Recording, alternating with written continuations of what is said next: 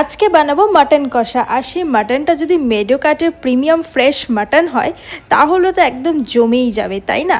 তো মেডো কাট থেকে কিন্তু ফার্স্ট টাইম আমি মাটন অর্ডার করছি। তো অর্ডার করে কিন্তু ভীষণই সাকসেস হয়েছে আমি। তার কারণ হচ্ছে মাটনটা একদম ফ্রেশ ছিল।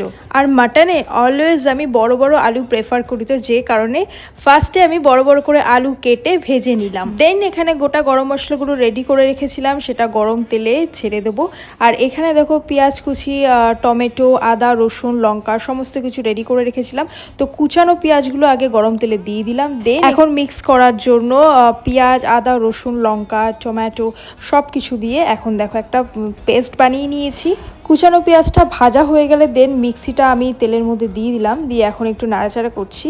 আমি তেলটা একটু কম ইউজ করি বরাবরই, তোমরা এর আগের রান্নাগুলো তো দেখবে। তারপর এখানে গুঁড়ো গরম মশলাগুলো রেডি করে রেখেছি, সেটা এখন পেঁয়াজ ভাজার মধ্যে দিয়ে দিলাম। দেন